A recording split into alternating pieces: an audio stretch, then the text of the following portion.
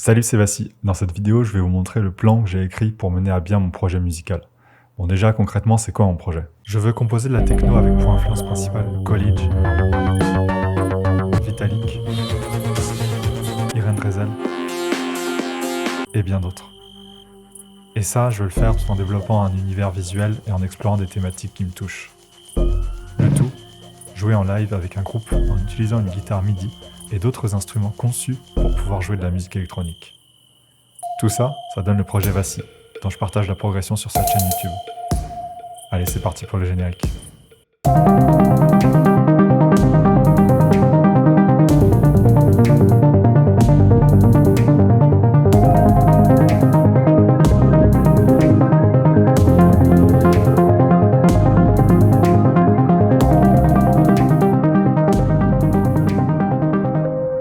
Bon alors, pourquoi ce plan et pourquoi est-ce que je le présente? Ce projet musical en fait que je suis en train de créer, ça fait tout juste un peu plus d'1 an que j'y réfléchis. Et quand j'ai commencé à réfléchir au projet, je savais pas forcément par où commencer. Et dans ces cas-là, j'ai besoin de structure. Donc j'ai écrit ce plan pour m'organiser, pour essayer de voir quelles sont les étapes qui sont nécessaires pour mener à bien mon projet. Qu'est-ce qu'il faut que j'apprenne? Qu'est-ce qu'il faut que je fasse? Et dans quel ordre? Et pourquoi est-ce que je le présente? Parce que sur cette chaîne YouTube, je raconte justement la progression de ce projet. Donc mon plan, le voilà. En gros, hop, il est ici. Je l'ai écrit sur Figma, qui est un logiciel de design. Et il est divisé en 6 étapes. On va tout parcourir ensemble. Par contre, je vais pas aller dans le détail de chaque sous-étape, parce que comme vous pouvez le voir, j'ai écrit pas mal de choses déjà. Chaque point pourrait faire l'objet d'une vidéo séparée. Donc c'est pas l'objet ici. On va se concentrer sur les grandes étapes. Alors, étape 1, la préparation. Cette étape, ça représente le minimum qu'il me fallait pour pouvoir lancer mon projet. J'ai déjà réalisé la plupart des points dont on va parler. Première catégorie, définir le projet avec précision. Pour moi, la première chose à faire, c'était de définir ce que je veux faire avec le plus de précision possible. Donc en premier, j'ai réfléchi aux raisons profondes pour lesquelles je voulais faire ce projet. Est-ce que je suis sûr de vouloir me lancer là-dedans alors que ça va me prendre une énorme partie de mon temps? Quels sont mes objectifs, mes buts sur le long terme? Qu'est-ce que j'espère réaliser? J'ai passé du temps à écrire tout ça et je considère que c'est les fondations du projet. Je sais pourquoi je fais ce que je fais grâce à ça. Ensuite, j'ai essayé de définir quelles allaient être les caractéristiques de ce projet. Quelles sont les influences musicales? Quel genre de musique j'ai envie de faire? Qu'est-ce que je veux faire et qu'est-ce que je ne veux pas faire avec ce projet? Quelles sont les thématiques que j'ai envie d'explorer autant visuellement que musicalement? Et finalement, quel est le nom du projet? Donc cette partie-là, c'était un peu compliqué. Ça m'a pris du temps pour vraiment me décider. Ensuite, prochaine catégorie, établir un plan d'action global. Voilà, c'est ce plan-là. Je l'ai écrit à ce moment-là, juste après avoir défini le projet. Enfin, ça m'a pris un peu de temps pour savoir exactement ce que je voulais faire et dans quel ordre. Ensuite, catégorie d'après, établir une stratégie pour se faire connaître. En fait, je pars du principe qu'aujourd'hui, il y a tellement de musique qui est créée qu'il suffit pas de faire de la musique de qualité pour réussir à être découvert et à être écouté. Peut-être que je me trompe, mais c'est mon sentiment. Du coup, j'ai réfléchi à une espèce d'axe stratégique qui repose sur les 2 points suivants. Le premier point, c'est l'identité visuelle, et le deuxième, c'est le partage de la progression du projet. Pour l'identité visuelle, un groupe de musique, c'est un peu comme une marque. Il faut avoir une identité forte pour être reconnaissable et mémorable. Et au-delà de ça, je trouve ça important de développer visuellement l'univers et les ambiances que la musique essaie de retransmettre. Bon, en soi, c'est assez classique comme approche, tous les artistes font ça, mais ça fait partie de la stratégie, parce que c'est une volonté pour moi de développer l'aspect visuel dès le début du projet. Parce que je pense que ça peut grandement faire participer au succès du projet si visuellement déjà il se passe des trucs sympas dès le début. Et ça tombe bien parce que je viens du graphisme et créer des visuels, j'aime ça. J'en ai besoin même, donc c'est naturel. Pour le partage de la progression du projet, j'adore regarder des gens qui font ça sur YouTube aussi. J'en parlais dans la vidéo de présentation du projet, je donnais quelques exemples de personnes que je regarde. Et j'ai envie de faire pareil. J'ai envie de montrer toutes les étapes de la création du projet, les recherches, les galères, les succès, mon organisation, etc. Et je pense que c'est aussi intéressant stratégiquement, car ça peut aider à faire connaître le projet au-delà de la simple écoute de la musique, surtout qu'aujourd'hui, j'ai pas encore de musique à montrer, quoi, à faire écouter. Voilà pour le début de la stratégie, c'est pas extraordinaire et ça va bien sûr évoluer au fur et à mesure. Ensuite, on a la direction artistique. Donc c'est en lien avec le point d'avant, sauf que là, c'est la partie plus concrète. À cette étape, j'ai défini ce vers quoi je voulais aller visuellement. Donc j'ai fait des recherches, j'ai fait des planches de tendance avec des images qui me plaisaient, j'ai testé des trucs, et pour vérifier si tout ça fonctionnait, j'ai fini par réaliser le générique que vous venez de voir juste avant. C'est le point de départ de la direction artistique. C'est le générique qui pose les bases des codes visuels que j'ai envie d'utiliser et d'explorer. Pour ce point-là aussi, bien sûr, ça va évoluer au fil du temps et au fil de mes envies. Et je compte bien en parler en vidéo aussi, ça va être très intéressant pour la suite. Ensuite, acquérir les connaissances et capacités pour jouer ce style sur une guitare. Alors, étant donné que c'est un projet un peu atypique, vu que je veux jouer de la techno sur une guitare, je pense que ça va nécessiter une adaptation de mon jeu au niveau de la guitare. Mais ça, je le saurai que quand j'aurai reçu ma guitare MIDI et que j'aurai pu expérimenter avec. Ça fait un peu plus d'1 an que je l'ai commandée. Elle est fabriquée à la main, donc ça prend pas mal de temps, il y a une liste d'attente. Mais je devrais pas tarder à la recevoir maintenant et je ferai probablement des vidéos là-dessus aussi. Entre-temps, je voulais mettre à niveau mon jeu sur plusieurs aspects. Avoir un meilleur sens du rythme, avoir plus d'endurance, jouer avec plus de précision, connaître l'emplacement des notes sur la guitare par cœur, savoir jouer sur n'importe quelle gamme ou n'importe quel mode, et être capable de construire n'importe quel accord n'importe où sur le manche. Donc il y a des points sur lesquels j'ai déjà avancé, mais depuis le mois de mars dernier, j'ai une tendinite au poignet, ce qui fait que je peux pas vraiment m'entraîner sérieusement. Donc toute cette partie-là est mise en pause. Actuellement, je me concentre surtout sur la rythmique pour m'améliorer là-dedans. Ensuite, la théorie musicale. Apprendre la théorie musicale. J'ai envie d'avoir des bonnes connaissances en théorie musicale parce que je pense que ça peut vraiment être d'une très grande aide pour les phases de composition et aussi pour pouvoir échanger avec des musiciens si jamais j'arrive à travailler avec d'autres personnes sur ce projet. Ça m'intéresse aussi énormément de mieux comprendre la musique et comment ça fonctionne, quoi.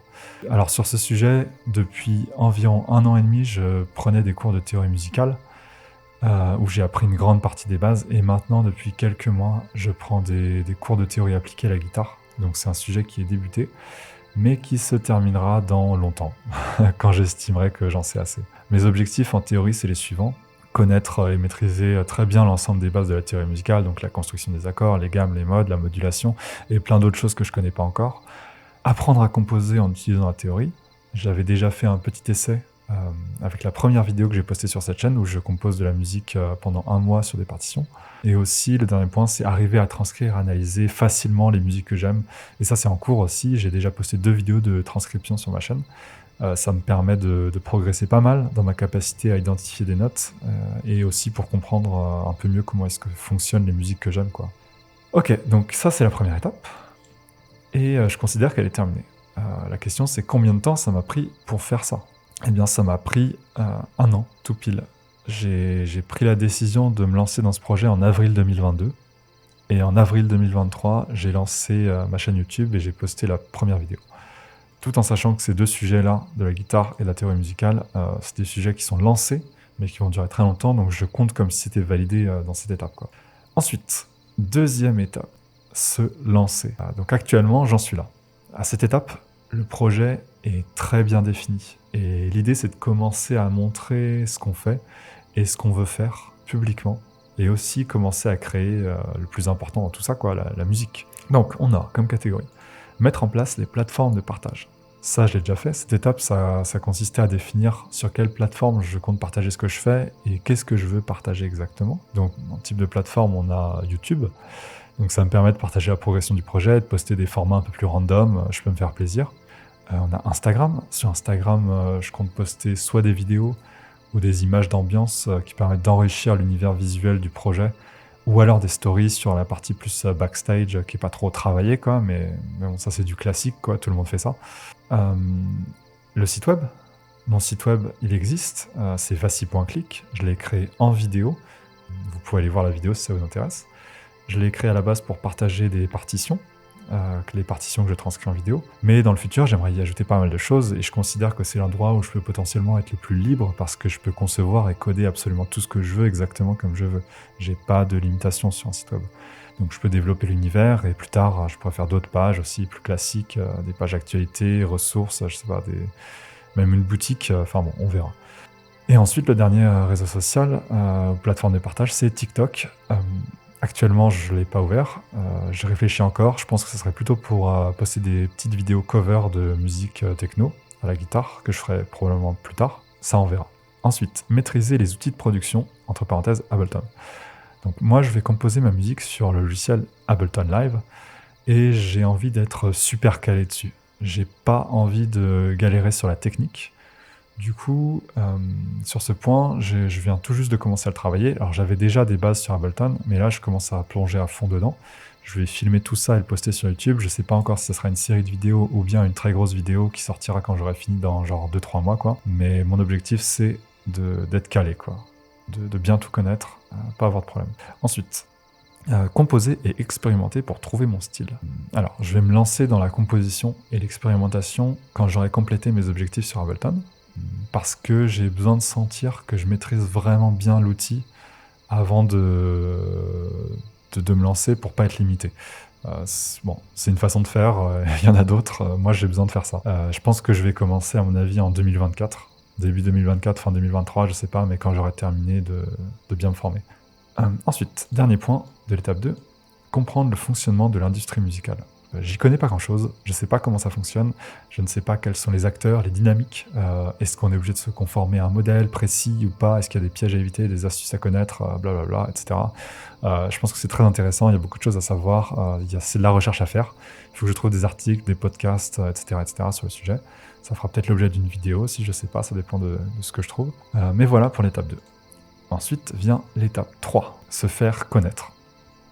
Alors, à cette étape, je considère qu'on est déjà dans une dynamique de création et d'expérimentation qui est bien engagée. Les plateformes de partage sont mises en place, il faut juste se faire plaisir, créer des musiques, créer des visuels, créer des vidéos aussi.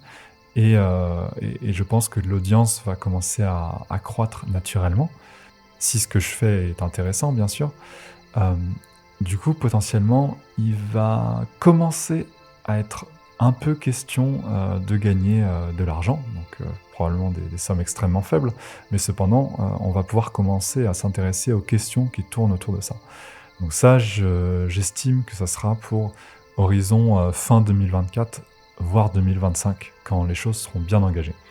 La première catégorie, sur cette étape, se faire connaître, c'est se construire une communauté. Donc, actuellement, je fais des trucs dans mon coin, je poste sur YouTube, mais concrètement, en gros, je fais des monologues, quoi.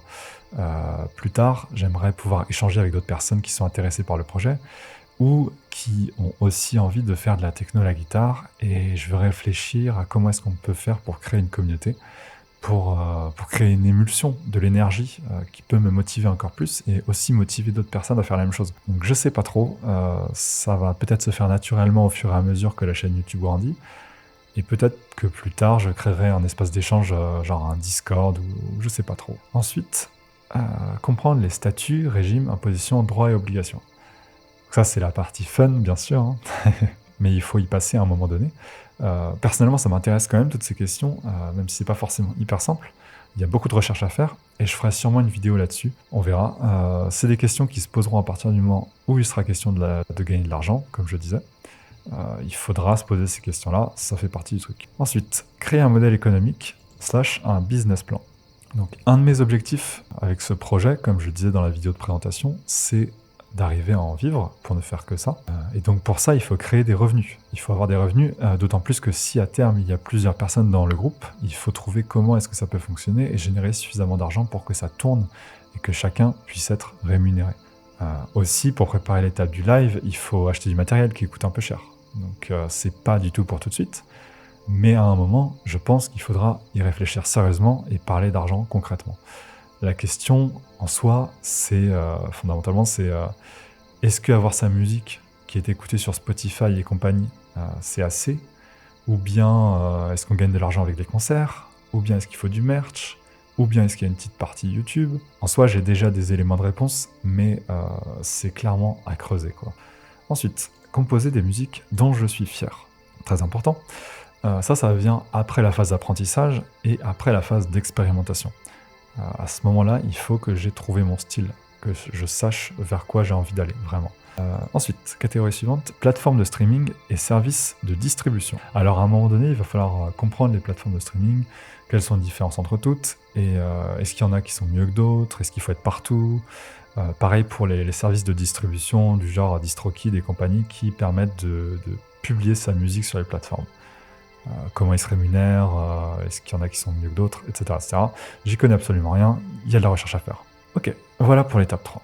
Ensuite, l'étape 4. Premier album et formation du groupe. Alors, à cette étape, je considère que je suis calé dans ce que je fais musicalement, j'ai mon style, je sais dans quelle direction je veux aller, et on imagine que le projet commence à se faire connaître. Il y a des gens qui sont intéressés par le projet, du coup, on va aussi pouvoir s'intéresser à la question de la création d'un groupe. Au niveau du timing, je pense qu'on est sur horizon 2027, voire plus, donc dans 4 ans ou plus, parce que je pense que ça prend du temps de trouver son style et ça prend du temps de se faire connaître aussi sur un public plus large. Donc c'est peut-être même trop ambitieux, je sais pas. On verra. Donc la première catégorie, c'est créer un premier EP ou un album. Comme je sais où est-ce que je vais musicalement à ce moment donné, je peux me lancer dans la réalisation d'un projet musical encore plus concret. Donc est-ce que ça sera un EP, est-ce que ça sera un album? J'en sais rien. Ensuite, créer un groupe, recruter des membres. Vaste sujet. Alors, moi j'ai pas forcément envie de jouer seul sur scène. J'aurais vraiment envie de partager ça avec d'autres personnes. Et j'aimerais vraiment aussi que toutes les pistes des musiques que je compose soient jouées par quelqu'un. Tel que j'imagine, dans le groupe, il y aurait quelqu'un avec une guitare, moi, quelqu'un qui joue sur une batterie électronique, quelqu'un qui joue avec une basse MIDI, et quelqu'un potentiellement aussi qui jouerait sur un synthé. Je pense que cette formation-là permettrait de jouer des musiques de façon complète, quoi, et de jouer toutes les notes sur la musique. Il y a plein de sujets dans cette catégorie. Par exemple, qu'est-ce que c'est un groupe pour moi? Comment est-ce que je trouve des gens qui seraient intéressés par le projet? Est-ce qu'il y a besoin d'acheter du matériel spécifique? Quelle est la méthodologie de travail au sein du groupe? Comment est-ce qu'on fait des répétitions? Et probablement plein d'autres auxquels j'ai pas pensé encore. Ensuite, on a le setup live. Alors, super intéressant comme sujet, je trouve. Dans ce sujet, on a plein de questions comme quel est le matériel dont on a besoin? Des ordinateurs, des tables de mixage, des retours internes pour s'entendre jouer, plein d'autres choses. Quel est le setup aussi et le workflow sur Ableton pour organiser un concert entier avec plusieurs instrumentistes qui sont branchés sur un Ableton synchronisé? Wow, c'est vaste sujet. Aussi, quelle est la scénographie? Ça m'intéresse énormément la scénographie, vu que j'aime bien le visuel, quoi. J'ai déjà des idées de trucs qui seraient sympas. Il y a plein de choses à penser, ça peut être trop cool. Après, il y a la question des costumes. Est-ce qu'il y a une ambiance particulière? Est-ce qu'il y a un show avec des lumières?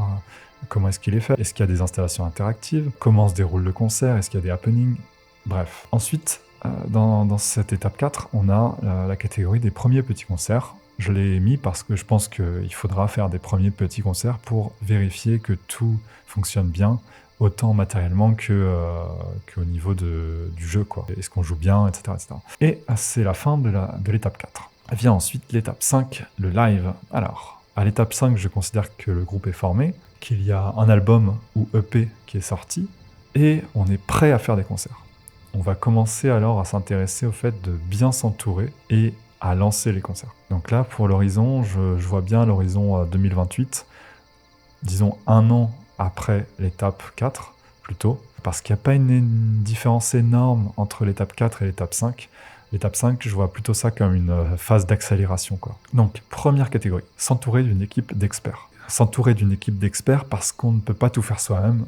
Je pense que les questions qu'il faut se poser à cette étape, c'est quelles sont les tâches que je ne souhaite pas réaliser moi-même et quelles sont les tâches que je ne peux pas réaliser moi-même. Et aussi, finalement, qu'est-ce que les différents métiers de l'industrie musicale peuvent et ne peuvent pas apporter à mon projet.